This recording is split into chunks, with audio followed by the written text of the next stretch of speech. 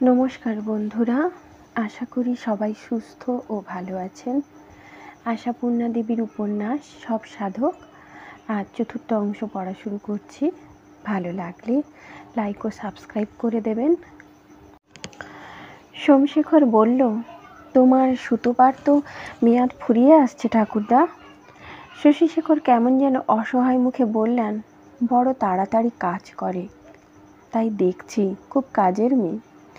শশীশেখর ব্যাকুল গলায় বলেন, ও কি চলে যাবার কথা বলেছে? না না, এক্ষুনি বলবেন কেন? তবে কাজটা তো প্রায় হয়েই এলো। ভাবা গিয়েছিল মাস দেড়েক লাগবে, এ তো যা দেখছি 1 মাসের মধ্যেই কলকাতায় একটা প্রেসের সঙ্গে কথাও কওয়া হয়েছে। যে বই ছাপানো নিয়ে শশীশেখরের এত তীব্র আকাঙ্ক্ষা দেখা গিয়েছিল, সেই বই যখন প্রস্তুতির পথে, তখন যেন স্তিমিত হয়ে গেলেন শশীশেখর। যেন এত তাড়াতাড়ি না হয়ে উঠলেই ভালো ছিল। যেন বইটা প্রেসে ছাড়ার সঙ্গে সঙ্গেই কি একটা নিধি হাতছাড়া হয়ে যাবে তার। হঠাৎ জোরালো গলায় বলে উঠলেন, চট করে প্রেসে দেওয়া চলবে না। সবটা শেষ হলে তোমাদের উপস্থিতিতে সুতপা একবার পুরোটা পড়ে শোনাবে।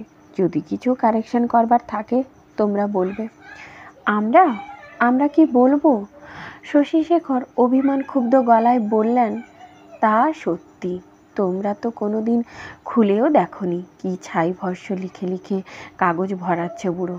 অথচ ওই মেয়েটা। সোমশেখর অপ্রতিভ হয়ে বলল, আমি কি ওসব বুঝি ঠাকুরদা? কি বুঝিস না? ওই প্রেম টেম? তাই তো, কিছু বোঝো না, শালা বর্ণচোরা। ওই মেয়েটা কীরকম অ্যাপ্রিসিয়েট করে জানিস? সোমশেখর মনে মনে বলল, তা তো করবেই, নারী মাত্রেই ছলনাময়ী। মুখে বলল, বিদ্যে বুদ্ধি আছে তো? যা বলেছিস, বুদ্ধিটা খুব অসাধারণ বুদ্ধি, ঠিক যেন সুধা হাসিনীর মতো। মাঝে মাঝে চমকে উঠি। সোমশেখর দেখল ঠাকুরদার অনেক উন্নতি হয়েছে, আর তোদের ঠাকুমা না বলে সুধা হাসিনী বলছেন। সুতপার সঙ্গে সর্বদা গল্প করার ফল আর কি। ওকে তো আর তোর ঠাকুমা বলবেন না। কালকে বলল জানিস, বলল মহারানী যে সত্যি বুদ্ধিমতী ছিলেন তা তার যথাসময়ে পৃথিবী থেকে কেটে পড়া থেকেই বোঝা যায়। বুড়ো হলেন না, চির যৌবনাই থেকে গেলেন। বললাম, আমাকে তো একা ফেলে রেখে গেল। বলে উঠল, একা কেন? আপনার কাছে কাছেই রয়ে গেছেন। আমি তো আপনার কাছে তার উপস্থিতি টের পাই। শুনে গায়ে কাঁটা দিয়ে উঠল। এভাবে কেউ কখনো বোঝেনি। সোমশেখর মনে মনে বলল, ধুরন্ধর মেয়ে। শশীশেখর আবার কথা পারলেন, কিন্তু সোম, আমরা তো অ্যাডভার্টিসমেন্টে বলেছিলাম প্রায় 1.5 মাস থাকতে হতে পারে। বলেছিলাম কি না? তা তো বলাই হয়েছিল, সেই জন্যে উনি পুজোর ছুটির সুযোগে। কিন্তু এখনও 1.5 মাসের অনেক দেরি। আমরা ততদিন পর্যন্ত ক্লেম করতে পারি। সোমশেখর হেসে ফেলে বলল, তা হয়তো পারি, কিন্তু করব কেন? উত্তেজিত শশীশেখর চুরুটটা ঘন ঘন টান দিতে দিতে বলে চললেন, করব না কেন? বাহ, তাতে আমাদের লাভ? তুই এত হয়ে উঠলে সোমশেখর? শশীশেখর আরও উত্তেজিত হলেন। সব কিছু লাভ লোকসান দিয়ে যাচাই করতে শিখলে কবে থেকে? একটা মানুষ তোমাদের বাড়িতে এসে প্রাণপাত করে খাটলো, তার সম্পর্কে কোনো কর্তব্য নেই? যেই কাজ শেষ হলো সেই মাত্র ভাগই হাসে? কেন 2-10 দিন তাকে বিশ্রামে রাখতে হয় না? আদর যত্ন করতে হয় না? তোমাদের এদিকে কি কি দেখবার আছে দেখিয়ে দিতে হবে না? সোমশেখর অবশ্য শশীশেখরের এই উত্তেজনায় অবাক হয় না, বিচলিতও হয় না। এসব ওর গা সওয়া। নির্লিপ্ত গলায় বলল, উনি যদি থাকতে রাজি হন, এসব করা আর শক্ত কি? রাজি হবেন না কেন? সেভাবে বললে। শশীশেখর প্রায় আধখানা থাকতেই চুরুটটা অ্যাস্ট্রে ফেলে দিয়ে দাঁড়িয়ে উঠে পায়চারি করতে করতে বলেন, আগ্রহ দেখাবার চেষ্টা চাই সোমশেখর। এই যে তোমাদের এই রাজবাড়িতে কত বড় বড় সাহেব শুভ অতিথি হয়ে এসে 2-5 দিন করে থেকে গেছে, কিসের জোরে? শুধু আগ্রহ, আবদার, অনুরোধ, উপরোধ। তা তোমার তো সেসব অভ্যাসই রয়েছে ঠাকুরদা, তুমিই বলবে। আমি বললে হবে কেন? শশীশেখর বললেন, আমি বললে ভাববে বুড়োর পাগলামি। তোমাদের বলা দরকার। এই সময় অনুরাধা এলো ডিউটি দিতে। আজকাল এই কাজটা অনেক হালকা হয়ে গেছে, বেশি সময়ই সুতোপাই থাকে কাজকর্ম নিয়ে। সোমশেখর বলল, এই যে তোমাকেই দরকার। আমায় আবার কি দরকার? অনুরাধা এদিক ওদিক তাকিয়ে বলল, মিস ভট্টাচার্য কোথায়? শশীশেখর গম্ভীরভাবে বললেন, সারাক্ষণ এই ঘরের মধ্যে কাজ, মানুষের যে একটু রেস্ট দরকার তা তো তোমরা ভেবে দেখো না। দুঃখ করে বলছিল, এতদিন আছি এই রাজবাড়ির সবটা এখনও দেখা হলো না, দেখতে পাঠিয়েছি। একা? একা কেন? গুড়গুড়ের সঙ্গে। গুড়গুড়ের কাছেই তো দুঃখ করছিল। গুড়গুড়ের কাছে দুঃখ প্রকাশ? অনুরাধা কষ্টে হাসি চেপে সরে পড়ে। আর সোমশেখর বলে, ঠাকুরদা, আজ তোমায় হাতে পেয়ে গেছি, একটু কাজকর্ম দেখো দেখি। এইটা আগে রাজবাড়ির আস্তাবল ছিল। গাইড গুড়গুড়ে দার্শনিকের গলায় বলে, ভালো ভালো সব বিলেতি ঘোড়া ছিল, তা সে রামও নেই, সে অযোধ্যাও নেই। এখন এই খানিকটে ভেঙে গাড়ির গ্যারেজ বানানো হয়েছে, খানিকটে ওই ঘাড় ভেঙে পড়ে আছে। সুতপা বলল, সারানো হয় না? কে সারাচ্ছে?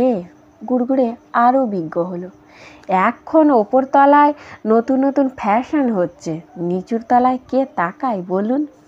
সুতপা মনে মনে হাসে, ছেলেটা দেখতে এতটুকু চতুর কম নয়। এখানে এই পের কাণ্ড হলে আগে নাকি সাহেব শুভরা পার্টি বসাতো, মদের হররা বইতো, খানাপিনা এলাহি কাণ্ড। আর এখন দেখুন রাজ্যের পুরনো আসবাবপত্র বোঝাই হয়ে পড়ে আছে। সুতপা তাকিয়ে দেখে সত্যিই বটে। বিরাট হলটা, বড় বড় শাসি খড়খড়ি দেওয়া জানলা দরজাগুলো সব বন্ধ করে অন্ধকারে বসে ধ্বংসের তপস্যা করছে। ঘর ঠাসা বড় বড় জিনিস, পায়া ভাঙা প্রকাণ্ড গোল টেবিল, গদি ছেঁড়া তুলো বেরোনো বড় বড় সোফা, কাঁচ ফেটে যাওয়া বৃহৎ দাঁড়ানো আয়না, ভারী ভারী দুটো দেরাজ দেওয়ালে গা ঠেসিয়ে বসে আছে বোধহয় পায়ার ঘাটতিতে। মাথার উপর আবার সারি সারি তিনটে ঝাড় লণ্ঠন, কিন্তু প্রায় আস্তই রয়েছে। দেখে মনটা যেন কেমন হায় হায় করে উঠল সুতপার। ওই উদ্ভ্রান্ত প্রেমে উদ্ভ্রান্ত বৃদ্ধ একদা এই সমারোহের নায়ক ছিলেন। তার সেই সুন্দরী বিদুষী প্রিয়তমা পত্নীটিকে নিয়ে এখানে আসর বসাতেন। ভাবলে কেমন যেন লাগে, লোকটার উপর শ্রদ্ধা আসে। রাজা বাদশাদের যে নিশ্চিত বদখেয়াল তা ছিল না ভদ্রলোকের। এজন্যই বলে, চিরদিন কখনো সমান না যায়। গুড়গুড়ে আর একটি দার্শনিক মন্তব্য করে ওঠে, কে বলবে এখানে এত বলবোলাও ছিল? ব্রজদার মুখে সব শুনি। ওই যে বিরোধ দেয়াল আলমারিটায় রয়েছে, ওইটার মধ্যে মদের বোতল সাজানো থাকতো। বেলের থেকে আনানো দামি দামি সব বোতল সাহেবগুলো নাকি আধে কলের মতন খেত। আলমারিটার মধ্যে এখনো নাকি ছকনক কাটা ভালো ভালো সব কাঁচের গেলাস আর নানাবিধ খালি বোতল জমানো আছে। ব্রেজদার কাছে চাবি প্রাণ ধরে কাউকে একটা নিতে দেয় না। তুই আর কতকাল আগলাবি? বলেন মেয়ে ডাক্তারবাবু, তুইও তো প্রায় রাজা বাহাদুরের কাছাকাছি বয়সী। বিধুমাসি বলে, বেরজ মরে গিয়ে যক্ষী হয়ে এই রাজবাড়ির ভাঙা মাল আগলাবে। গুড়গুড়ের চেহারা দেখলে বয়স বোঝবার উপায় নেই। একটা বছর দশেকের ছেলের মতো আকৃতি, কিন্তু কথা শুনলে মনে হয় জ্ঞান বৃদ্ধ। বোকাটে ধূর্ত মূর্খ, হাতের চেটো দুটো চেহারা অপেক্ষাও ছোট ছোট। হাস্যকর দর্শনের এই ছেলেটা এই রাজবাড়ির সর্বত্র আছে। সুতপা লক্ষ্য করেছে এবং সন্দেহ করেছে ছেলেটা এই সংসার রণক্ষেত্রের গুপ্তচর কিনা। যদিও অনুরাধা বলে এরা সবাই গুপ্তচর। কার কার আর সবাই সবাই, তবে প্রধানত মধুমালতী দেবী, তার মহলটাই মূল ঘাঁটি। আচ্ছা, তোমরা আমায় এমন অদ্ভুত নামে ডাকো কেন? মেয়ে ডাক্তারবাবু আবার কি? এটা আবার একটা নাম নাকি? আগে ছোট রানীমা তো তাই বলেন। বলুন, তোমরা আমায় দিদিমণি বলতে পারো না? গুড়গুড়ি জিভ কাটে, তাই কখনো হয়? মান্য নেই আপনার? ওতেই আমার মান্য। মেয়ে ডাক্তারবাবু অদ্ভুত। আমি কি ডাক্তার? ডাক্তার নয়? গুড়গুড়ের গলার কাজটা গুড়গুড়িয়ে ওঠে। না, তবে আপনি এসেছেন কেন? এসেছি রাজা বাহাদুরের লেখাপড়ার কাজ করতে, হয়ে গেলেই চলে যাব। গুড়গুড়ে কি একটা বলতে গিয়ে চুপ করে যায়। তোমাদের ছোট রানীমার সঙ্গে একবার দেখা হয় না? গুড়গুড়ে মহৎ সাহেব বলে, কেন হবে না? তিনি তো বলেন এতদিন রয়েছে মানুষটা, তা একদিন দেখা করতে আসে না, কি ব্যাপার? সুতপা প্রায় জোরেই হেসে ফেলে বলে, আচ্ছা চলো আজ দেখা করে আসি।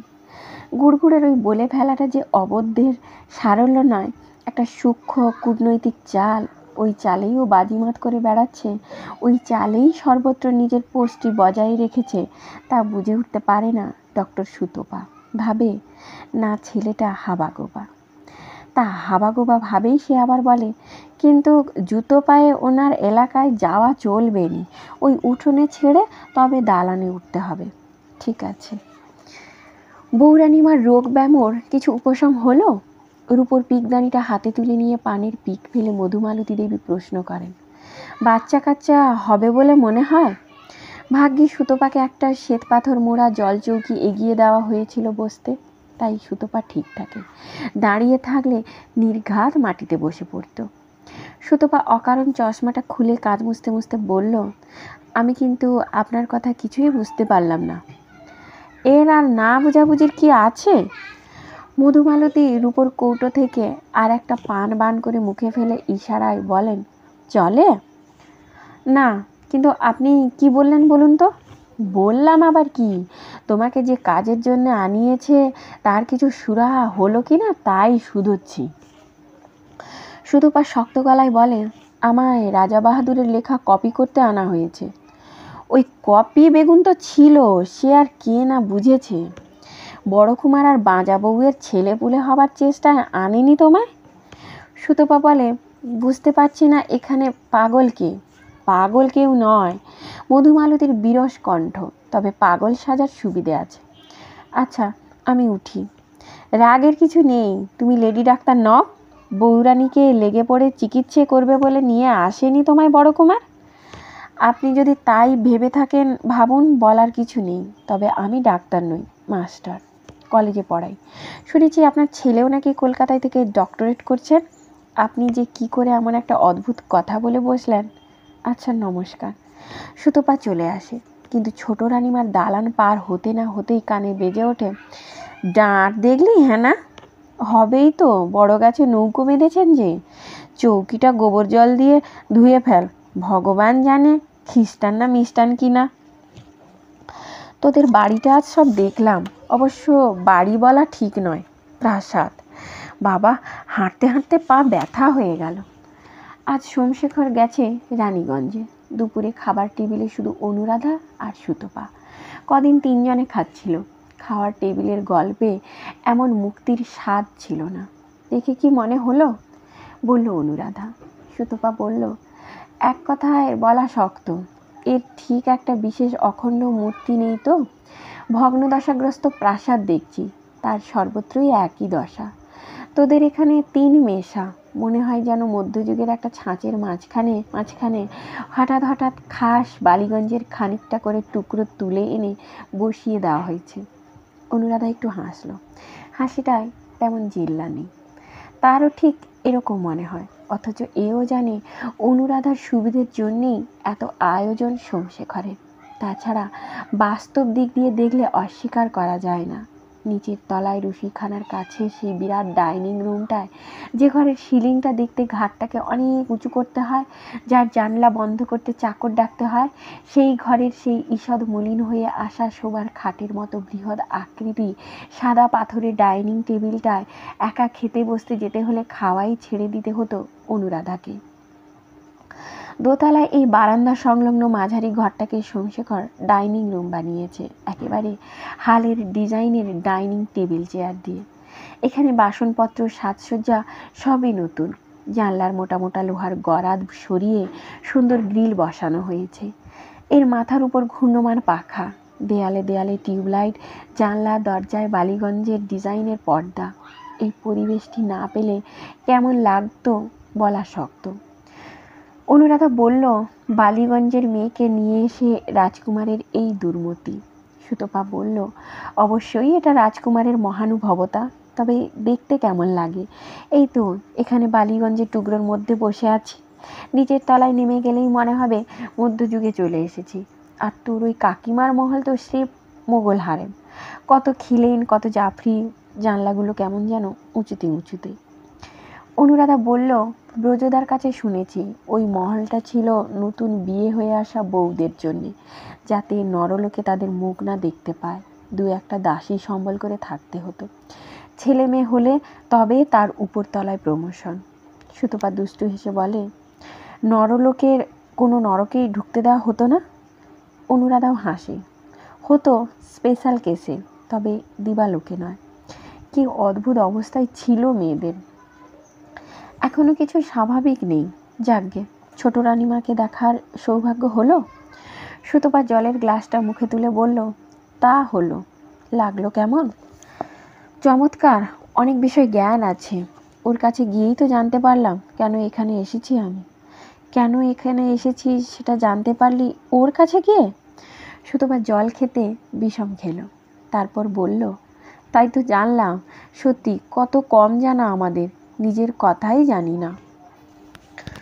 সুতপার চোখে কৌতুক ঝিকিয়ে ওঠে। অনুরাধা বোঝে খুব বোকার মতো উল্টোপাল্টা কিছু বলে বসেছেন ছোট রানীমা। হেসে বলল, কি জানলি? জানলাম আর একবার বিষম খেয়ে নিয়ে বলে ফেলল সুতপা, আমি একটি অভিজ্ঞ লেডি ডাক্তার। এবাড়ির বড় কুমার তার প্রিয়তমা পত্নীর লেগে পড়ে চিকিৎসা করবার জন্য কলকাতা থেকে নিয়ে এসে মাসখানেক ধরে পুষছেন আমায়। অনুরাধা মুখের হাসি মিলিয়ে যায়, চোখ কুঁচকে বলে, তাই নাকি? তা সেই প্রিয়তমা পত্নীর ব্যাধিটা কি? মাথায় গোলমাল? সুতপা মাথা নেড়ে বলল, হুম, তাতে লেডি ডাক্তার কেন? ব্যাধি অনুবরতা। অনুরাধার ফর্সা মুখটা লাল লাল হয়ে উঠল। বলল, এই কথা বললেন উনি? স্পষ্ট পরিষ্কার। রাজা বাহাদুরের কপি বেগুনটা যে ছল তা তার জানা হয়ে গেছে। তাই তো বলছি, অসীম জ্ঞান। আশ্চর্য, অথচ বললি না সেদিন ওরই ছেলে কেবল পড়েই চলেছে। ছেলের সঙ্গে মায়ের কোনো কে ওখানে? প্রকাণ্ড কাচের পাল্লা দেওয়া দরজার বাইরে কার যেন ছায়া সরে গেল। দাঁড়া, দেখে আসি। অনুরাধা খেতে খেতেই উঠে গিয়ে দেখে এলো। বলল, দেখতে পেলাম না, নির্ঘাত গুড়গুড়ে আড়ি পাচ্ছিল। সুতপা খাওয়া থামিয়ে বলল, কেন বলতো? সেইটাই রহস্য। অদ্ভুত এই বাড়ির লোকজনগুলো, অকারণে সবাই সবাইয়ের পেছনে আড়ি পাতে। যাক, কাকিমা বেশ মজবুত একটা সন্দেহ খাড়া করেছেন এখন। আরও একখানি ভালো ধারণা আছে ওর। এই সংসারে আমি একা সর্বেসর্বা থাকতে হয়ে চাই বলেই ওর ছেলের বিয়ের গা লাগাচ্ছি না। সুতপা বলল, ছেলেটি কি দুগ্ধপোষ্য? তুই গা না লাগালে সে কি পড়ে থাকবে? তাই তো শুনি। তা উনি নিজেই দিয়ে দিন না বিয়ে, ওনার মনের মতো পান দোক্তা খাওয়া মেয়ে একটা জোগাড় করে। অনুরাধা একটু শঙ্কিত গলায় বলল, থাক ভাই ওর কথা, এ বাড়ির দেওয়ালেরও কান আছে। সুতপার খাওয়া হয়ে গিয়েছিল। টেবিলে একটু টোকা দিতে দিতে আসতে বলল, আচ্ছা, ওই গাইয়া মহিলাটিকে তোরা তো ভয় কেন? অনুরাধা বলল, জানি না, ওই পাগলা বৃদ্ধটিকেই বা এত ভয় কেন? কেন ভয় বাড়ির মাইনে করা লোকজনদেরও? এসে পর্যন্ত দেখছি বাড়ির বড় রাজপুত্রটি বাড়ির মশামাছিটিকেও ভয় সমীহ করে চলেন। আমারও সেটাই অভ্যেস হয়ে গেছে। কেন ভয় না বুঝেই করি। সুতপা অনুরাধার মুখের দিকে তাকালো, আহত, উত্তেজিত, লজ্জিত। লাল লাল মুখটা যেন ফেটে পড়তে চাইছে। অথচ এর 16 আনা সুখের কোনো বাধা থাকার কথা নয়। রাজপরিবারের বউ, অস্তমিত সূর্য হলেও নতুন আলোর জোয়ারে অবস্থা সচ্ছল।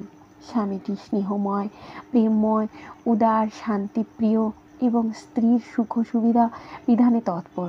তাতে কার্পণ্য নেই, শিথিলতা নেই। তবু অনুরাধা নামের মেয়েটার ভিতরে সুখ নেই। বুঝতে পারছি সুতপা এই সত্য কথাটা, কিন্তু করবারই বা কি আছে? করা যায় অবশ্য পরিস্থিতিটা হালকা করে ফেলা। অতএব সুতপা সেটাই করল। বলে উঠল, বাপ্পা, এই যেন তোমারই গর্বে গর্বিনী আমি, রূপসী তোমারই রূপে। বেশ আছি বাবা, বিয়ে ফিয়ের গাড্ডায় না পড়ে। ভাগ্যিস কালো টালো হয়ে জন্মেছিলাম। তোর মতো রূপসী হলে কি আর নিজের জীবনের মালিক হয়ে থাকতে পারতাম? হয়তো নাবালিকা হরণ হয়ে যেত। অনুরাধা বলল, তোকে হরণ করতো কার সাধ্য? তুই কি কোনোদিন নাবালিকা ছিলি? ছিলাম না? তা বটে, আমি বরাবরই একটু দজ্জাল দস্যি। যাক, চাকরি করতে এসে মুফতে কিছুদিন রাজবাড়ির আদর খেয়ে নেওয়া হলো, কিছু অভিজ্ঞতাও সঞ্চয় হলো। এবার তল্পি গুটানো যাক। বইটা ছাপা হলে আমায় কপি পাঠাতে ভুলিস না। অনুরাধা ওর কথার মাঝখানে চমকে উঠেছিল। এখন বলে উঠল, এক্ষুনি যাবি মানে? তোর তো এখনও অনেক দিন ছুটি বাকি আছে। এই মরেছে, পুরো ছুটিটা এইখানে কাভার করতে হবে এমন কন্ট্রাক্ট ছিল নাকি? সেটাই করা উচিত ছিল। অনুরাধা বলল, কে জানতো তুই এত চটপট ওই বিশাল কাজটি উদ্ধার করে ফেলবি। কাজটা আদৌ বিশাল নয়, সুতপা হাসল। পাঠোদ্ধার করাই আসল। তা রাজা বাহাদুরকেও খাটিয়ে ছেড়েছি, অনেক জায়গা পড়িয়ে নিয়েছি। তা বলে এত শিগগির শেষ করে ফেলা উচিত হয়নি তোর। অনুরাধা বলল, আমার কথাটা একটু ভাববি তো, এত কৌশল করে আনলাম। সুতপা হেসে ওঠে। ইচ্ছে করে দেরি করব? করা যায়, অবশ্য একটু দেরি হলে মন্দ হতো না। দক্ষিণার মাত্রাটা এত বেশি হয়ে গেছে, বিবেকের কামড় খাচ্ছি। মনে হচ্ছে বুড়ো ভদ্রলোকের গালে চড় মেরে টাকাগুলো হাতিয়ে নিয়ে যাচ্ছি। ভারী তো কাজ, তুইও একটু করে ফেলতে পারতিস। তবে হ্যাঁ, যা একখানি গ্রন্থ নির্বাচন করেছেন আর যা তার ভাষার ছটা, অনেক কষ্টে হাসি চাপতে হয়। অনুরাধা উঠে পড়ে হাত ধুয়ে এলো। সুতপাও সঙ্গে সঙ্গে সুশীলা এসে টেবিল সাফ করে নিয়ে গেল। কোথায় ছিল এ? দরজার পাশেই বুঝি? অনুরাধা বলল, আয় সেই সামনের বারান্দাটায় গিয়ে বসি। রোদ নেই? না, ওদিকটা পূব দিক, এখন রোদ পড়ে গেছে। নে মিষ্টি সুপুরি খা। দুজনে এসে বসলো সেই শোবার ঘর সংলগ্ন বারান্দায়, যেখানে ঝপ করে কেউ এসে পড়তে পারে না। অনুরাধার হাতে একটা সেলাইয়ের কাজ, বসবে বলে সঙ্গে নিয়ে এসেছে। উল্টে পাল্টে দেখে নিয়ে ছুঁচ বসিয়ে একটু লজ্জা পাওয়া গলায় বলল অনুরাধা, সুতপা তুই যা বললি হিসেব মতো হয়তো তা সত্যি। বিয়ে হয়ে পর্যন্তই তোদের রাজপুত্তর ওই কপি করার জন্য অনুরোধ চালিয়ে এসেছেন। সত্যি বলতে আমার যেন কাজটা ভাবলেই গায়ে জ্বর আসতো। রাজরাজরা মানুষের একটা সামান্য ইচ্ছে পূরণ হয়ে যায় না, এটা কিন্তু দারুণ আশ্চর্য। এ তল্লাটে একটা ইংরেজি নবিশ লোক পাওয়া যায় না? অনুরাধা হেসে উঠল। যাবে না কেন? তবে যাত্রার হাতে তো আর উদ্ভ্রান্ত প্রেমকে ধরে দেওয়া যায় না। তারপর একটু রহস্যময় হাসি হেসে সুতপার দিকে তাকিয়ে বলল, তোর কিন্তু বিবেকের কামড় না খেলেও চলবে। রাজা বাহাদুর যেভাবে তোর প্রেমে পড়ে বসে আছেন, শেষে না ডবল দিয়ে দেবার। প্রেমে? সুতপা অলিক কথা শোনার মতো অবিশ্বাসের মুখ করে বলে, খেপেছিস? রানী সুধাহাসিনী দেবীর চরণে উৎসর্গ করা প্রাণ যে লকারে তোলা আছে, সে লকার থেকে প্রাণের একটি নয়া পয়সাও বেরোবে না। জগতে কি হয় আর না হয়। অনুরাধা বলল, আমরা তো দেখছি তুই এসে পর্যন্ত দাদু যেন এক স্বর্গরাজ্যে বাস করছেন। সুতপা বলল, যাক, তোর কথায় নিজের উপর একটু ভক্তি আসছে বলে সুতপা মুখে হাত চাপা দিয়ে একটা হাই তুলল। ঘুম পাচ্ছে নাকি রে? হঠাৎ যেন পেয়ে গেল। তা পেতেই পারে, কদিন ধরে যা রাত জাগলি। রাত্রিরে কাজ করেই আমি সুবিধে পাই। পড়ার সময় বরাবর সারাদিন আড্ডা মেরে আর ঘুমিয়ে কাটিয়ে রাত্রিরে পড়েছি। তবে ঘুমোগে যা, কিন্তু এক্ষুনি যাওয়ার কথা তুলবি না। সামনের 7 তারিখে বাড়িতে একটা ব্যাপার আছে। কি ব্যাপার? ভয় পাস নে, ছোটোখাটো একটু উৎসবের মতো হবে। ম্যারেজ অ্যানিভার্সারি বুঝি? তাহলে তো, আহারে কি বুদ্ধি! কার্তিক মাসে বিয়ে হয়েছিল বুঝি আমার। যা এখন ঘুমোগে, পরে বলবো। নিজের ঘরে চলে এসে শুয়ে পড়ল সুতপা। সুশীলা হাত মুখ নেড়ে বলে, এই মা কালীর দিব্যি ছোট রানীমা খেতে বসে দুজনায় তুই তুই করে কথা বলতেছে। তুই তুই করে? তবে আর বলছি কি, আর কি হাসি গপ্প। আজ তো বড় কুমার ঘরে নেই, তাই খুব স্বাধীনতা। আর একটা কথা ছোট রানীমা, ভয়ে বলি কি নির্ভয়ে বলি? ঢং করছিস কেন? যা বলবি বল না। আপনাকে নিয়ে উভয়ে কি হাসি তামাশা। আমায় নিয়ে? ধনুকের ছিলের মতো ছিটকে ওঠেন মধুমালতী দেবী। আমায় নিয়ে কিসের হাসি তামাশা? এই আপনার বুদ্ধি কম, আপনি গাইয়ার মতন কথা বলেন। গর্দান নেবেন না রানীমা, আপনি অভয় দিলেন, তাই বলতেছি। বলেছে এই কথা? আচ্ছা, আর কি কি বলেছে শুনি। মধুমালতীর মুখের চেহারা মৌমাছির চাকের মতো হয়ে ওঠে। আরও কত কথা, সব কি আর বুঝে যায়? মাঝে মাঝে ইংরেজি বলি, তবে আমাদের ছোট কুমারের কথাও উঠল। মা তো নির্বুদ্ধি, তো ছা এমন বিদ্যা হলো কেমন করে? এই সব আপনি ওনার চৌকি গোবর জলে ধুয়ে দিতে বলেছেন, তা পর্যন্ত লাগিয়ে দিল। বোঝা যাচ্ছে বোকা মুখ্যু বলে যাদের অবজ্ঞা করা হয় তারা আসলে বোকাও নয়, মুখ্যুও নয়। গুড়গুড়ে দালানের এক পাশে বসে বসে একখানা আস্ত আগ নিয়ে চিবোচ্ছিল, আর ছিবড়েটা নিজের কোচড়ে ফেলছিল। বিধু বলল, ওটা কি হচ্ছে গুড়গুড়ে? কাপড়টা উচ্ছিষ্ট করছিস? গুড়গুড়ে বলল, এখুনি তো চান করতে যাব। তারপর মিটিমিটি হেসে বলল, সুশীলাদি যেন কত নতুন কথা শোনাচ্ছে। আমি তো সেই প্রথম দিন থেকেই দেখছি, নোকের সামনে আপনি আগে, নোকের আড়ালে তুই মুই। কি গলাগলি, কি ঢলাঢলি! যখন তখনই তো মেয়ে ডাক্তারবাবু আর বৌরানী ওই কাচের বারান্দায় একত্র হয়ে গুজগুজ ফুসফুস। আমি বলছি নির্যশ আগের চেনা জানা ভাব ভালোবাসা, এখানে নোক দেখিয়ে অচেনা সাজছে, আবার বলে এত কৌশল করে আনলাম তোকে। রানী মধুমালতী দেবীর হাতে রূপোর পিকদানিটা মজুদই থাকে, মিনিটে মিনিটে দরকার। এখন আর একবার দরকার মিটিয়ে আঁতকে ওঠা গলায় বলে ওঠেন, তোরা ভালো করে লক্ষ্য করেছিস ছুরি সত্যিই মেয়ে ছেলে না ছদ্মবেশ? অত হটকা লম্বা, চলন বলন গ্যাডম্যাট, ফ্যাট, আগের ভাব ভালোবাসা বলছিস? আমার তো সন্দেহ হচ্ছে। গুড়গুড়ের সামনে সব কথা, গুড়গুড়ের সঙ্গে সব কথা। গুড়গুড়ের ভূমিকা যেন হারেমের খোঁজার। ওই বালকাকৃতির চেহারা আর চরম অবধের মুখ, ওতেই তার গতি অবাধ। গুড়গুড়ে আরও মিটিমিটি হেসে বলে, না, সে সুন্দর কিছু নাই, সে আমার দেখা হয়ে গেছে। মরণ মুখ পোড়া, মুখে আগল শেকল কিছু নেই? হ্যাঁ না হেসে গড়িয়ে পড়ে। গুপ্তচরেদের কাজ আরও বাড়ে। ওদিকে ব্রজরাজ তপ্ত খাপ্পা, কাজে শিথিলতা।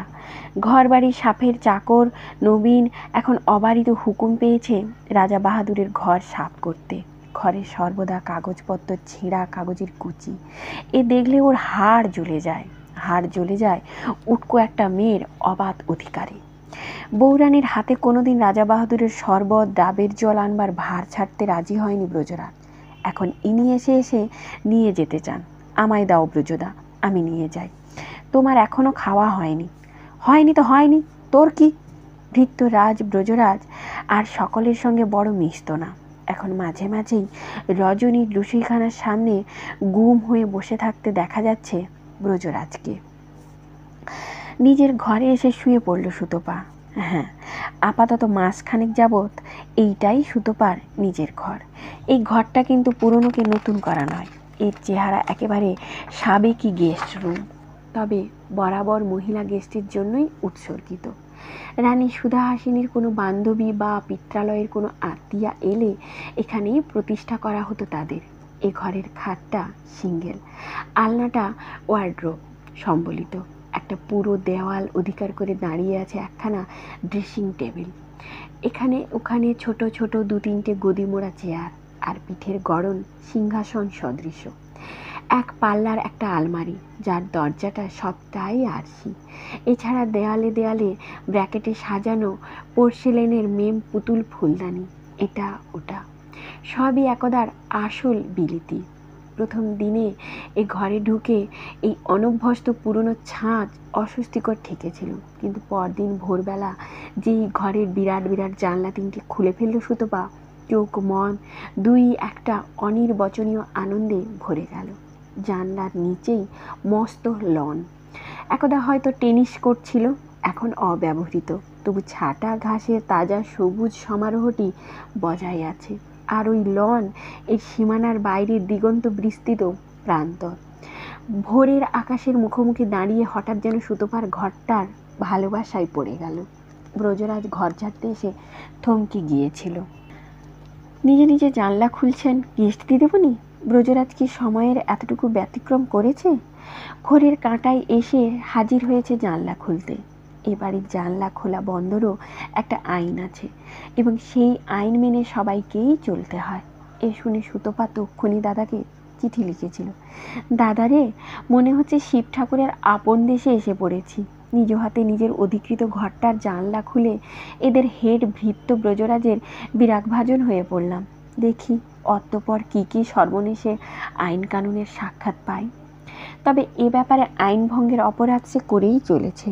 এই ভর দুপুরেও ধুধু প্রান্তরের দিকের জানলাটা ধাক্কা দিয়ে খুলে ফেলল, যেটা ব্রজরাজ বেলা 11:30টায় বন্ধ করে দিয়ে গিয়েছিল।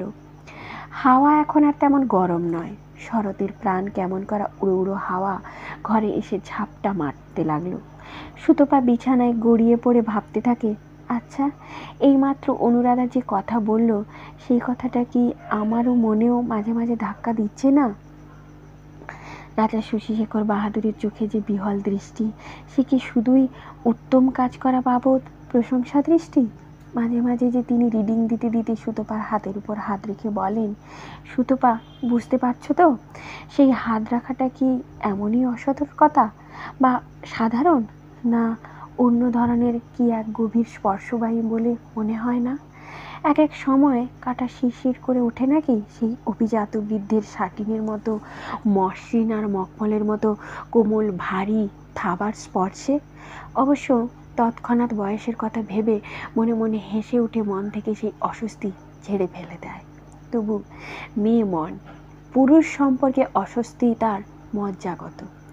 হোক বৃদ্ধ, তবু গলিত চর্ম, গলিত দন্ত, চক্ষুক্ষীণ বৃদ্ধ তো নয়, বরং শালপ্রাংশু দীর্ঘদেহ এখনো সোজা সতেজ, গায়ের রং এখনো বেদানার দানার মতো, চামড়া সিল্কের মতো। 14 পুরুষ ব্যাপী রাজভোগের শরীর বাবা, এ ভেবে মনে মনে হাসে সুতপা। সোমশেখরের এমন হয়, তাকে খেটে খেতে হয়, তার রাজদেহে সেই খেটে খাওয়ায় ছাপ পড়ে গেছে। শশীশেখর এখনো তার চির অভ্যস্ত গজ দন্তমিনারে আসীন, সেখানে কালের ছাপ পড়েনি, যুগের ছাপ পড়েনি, যেন কৃত্রিম একটা মঞ্চের মধ্যে চলছে তার জীবনটা। আমি কেন মরতে এই নাটকের মধ্যে এসে পড়লাম? চিন্তার ধারা শতমুখী, এক থেকে চলে যায় অন্য খাতে। অনুরাধের ঠাট্টাটাও অস্বস্তি বাহক। বৃদ্ধির ওই আত্মহারা বিহল চাহনি এদেরও চোখে পড়েছে। কি মুশকিল, এ আবার কি উৎপাত!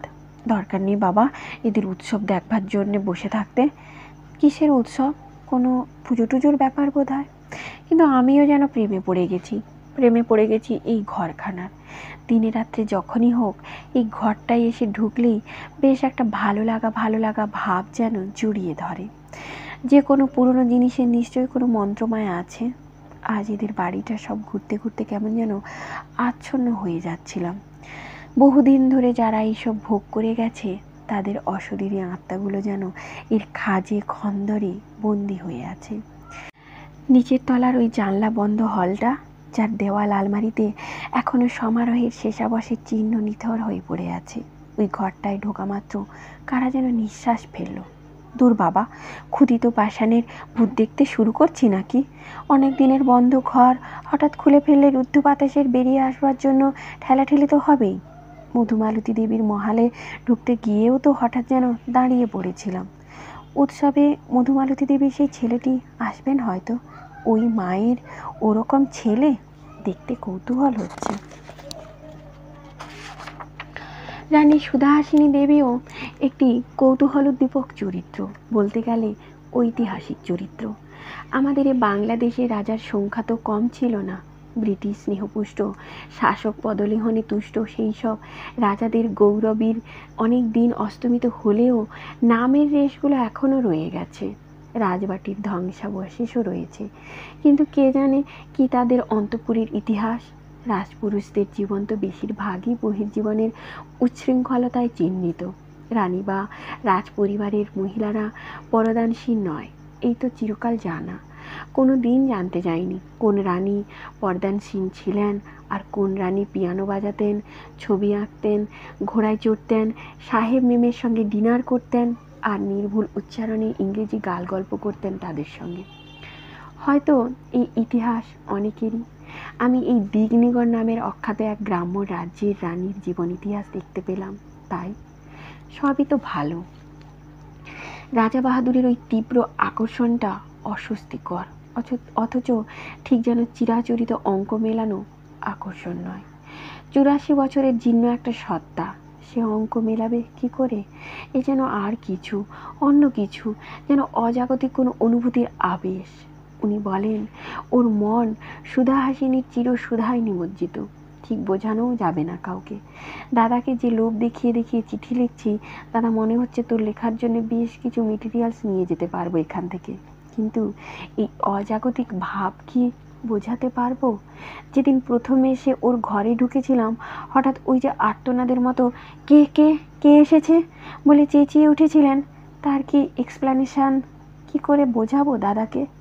মধুমালতী দেবীকে বোঝাতে পারবো অনুরাধাকে আর তার পরকে?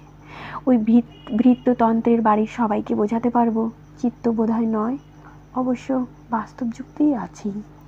বয়স্ক লোকদের একা বসে থাকলেই যেমনি আসে, আচ্ছন্ন ভাব আসে, তেমনই একটা সময় হয়তো আমার আবির্ভাব ঘটেছিল। না, দাদাকে বোধহয় বোঝানো যাবে না, মানে বোঝাতে পারবোই না, অতএব লজ্জা করবে। তবে এখানে অতঃপর খুব সহজ হতে হবে, অনুরাধার ঠাট্টা গায়ে মাখা চলবে না। যাক, এখন না হয় একটু অসহজ হয়ে নি। এই আরামের বিছানাটায় শুয়ে শুয়ে ওই দিগন্ত বিস্তৃত প্রান্তর আর নীল নির্জন খোলা আকাশকে দেখতে দেখতে ভাবি আমি যেন ইন্ডিয়ান উইমেন্স কলেজের ইংলিশের টিচার ডক্টর সুতপা ভট্টাচার্য নয়, যেন কোনো অদূর অতীতের এক রাজবধূ রাজবালা। এই আরামসজ্জায় গড়াগড়ি খাচ্ছি নিজ অধিকারে। ওই আকাশ, এই প্রান্তর আর এই শরতের উদাস হাওয়া আমায় নিয়ে গেছে সেই অমূর্তের পটভূমিকায়। কিছুক্ষণ পরে আমি আলস্য ভেঙে উঠে বসব। দাসী এসে আমায় কেশবিন্যাস করে দেবে প্রসাধন পেটিকায় গিয়ে। ঘুমের মধ্যে তলিয়ে যেতে যেতে এরকম আবল তাবল ভাবতে বেশ লাগে। আজ এই পর্যন্তই। পরের ভিডিওতে আবার পরের অংশটি নিয়ে আসছি। ভালো থাকবেন, সুস্থ থাকবেন সবাই। ভালো লাগলে লাইক ও সাবস্ক্রাইব করে দেবেন।